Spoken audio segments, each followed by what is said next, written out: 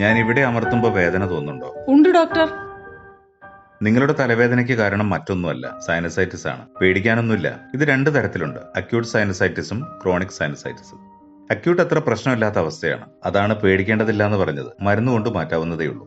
ഒരുപാട് ആളുകൾക്ക് ഈ സൈനസൈറ്റിസ് വരാറുണ്ടല്ലോ ഡോക്ടർ. എന്റെ അടുത്ത പരിചയത്തിൽ തന്നെ പലർക്കും ഉണ്ട്. ഇതെങ്ങനെയാ വരുന്നത്? സൈനസ് എന്ന് പറയുന്നത് നമ്മുടെ തലയോട്ടിക്ക് മുൻവശത്തായി സ്ഥിതി ചെയ്യുന്ന ഒഴിഞ്ഞ കാവിറ്റികളാണ്, അല്ലെങ്കിൽ വായു അറകളാണ്. പുരികങ്ങളുടെ ഭാഗത്തും മൂക്കിനോട് ചേർന്ന് ഇരുവശങ്ങളിലുമായിട്ടാണ് ഇത് കാണപ്പെടുന്നത്. ഇതിൽ നിന്നുള്ള കഫങ്ങളാണ് മൂക്കിലേക്ക് വന്നുകൊണ്ടിരിക്കുന്നത്. എന്തെങ്കിലും കാരണവശാൽ ഈ സൈനസുകളിൽ നിന്നും മൂക്കിലേക്കുള്ള ദ്വാരങ്ങൾ അടഞ്ഞുപോയാൽ കഫം അവിടെ കെട്ടിക്കിടക്കുകയും അതിൽ പഴുപ്പ് വരികയും ചെയ്യും. അതാണ് സൈനസൈറ്റിസ് ആവുന്നത്. ഈ ദ്വാരങ്ങൾ എന്തുകൊണ്ട് അടഞ്ഞു പോകുന്നത്?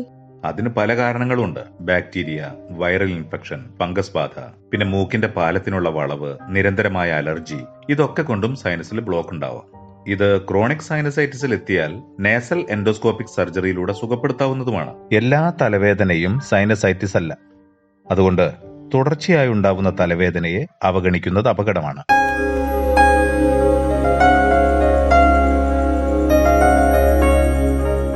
കുടുംബ doctor brought you by Kozhikode district cooperative hospital.